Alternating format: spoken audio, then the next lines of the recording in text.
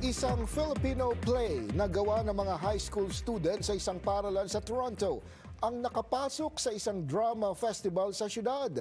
Silipin po natin ang kwento ng dulang mag-ina sa report ni Kisha Balatbat. Isang teenager na Pinay kasama ang kanyang ina pumunta ng Canada para makapagtrabaho. Ito ang kwento na mapapanood sa dula na pinamagatang Mag-ina. Isang produksyon ng mga high school students ng St. Patrick Catholic Secondary School sa Toronto. Eventually, time came for her mother to come and take her to Canada to live with her. And it's created their separation from each other kind of created this rift between them. And Marlo's completely distant and refuses to have any sort of connection with her mother.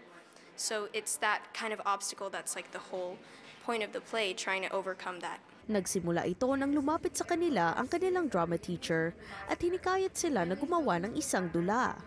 Matapos ipalabas sa kanilang paaralan, isinumite din nila ito sa National Theatre School Drama Festival kung saan sila'y nagwagi sa district level ng festival.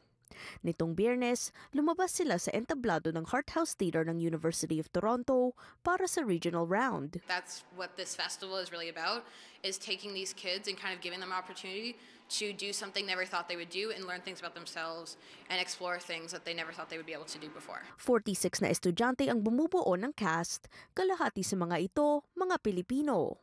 Para sa kanilang guro, oportunidad ito para matutunan ang mga malikhaing talento ng mga bata. Theater allows them to come together and they're forced to be all together and deal with problems that come up, like creative problems, and we have to work together. And I think this particular story got kids really inspired and they committed to this. And we were rehearsing on weekends, we had a lot of rehearsal time, but overall, we had a very fun time doing it. Naging daan din ito para mapalapit sa kanilang kultura ang mga Pilipinong estudyante. Growing up as a Filipino Canadian, I didn't speak the language. I always felt that disconnection from me and my culture, myself and my culture.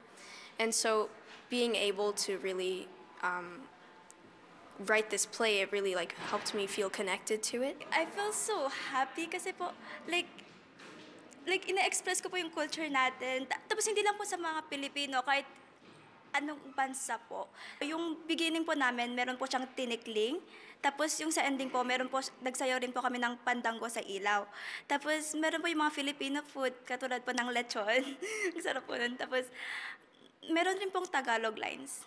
Mag-ina is a very important story, and I think even if you're not Filipino, I think you can still apply elements of our story to your own family and see aspects of our culture in your own. Umaasa ang mga nasa likod ng mag-ina na magkakaroon muli ng pagkakataon mapanood ang dula kapag nakapasok ito sa provincial round ng festival.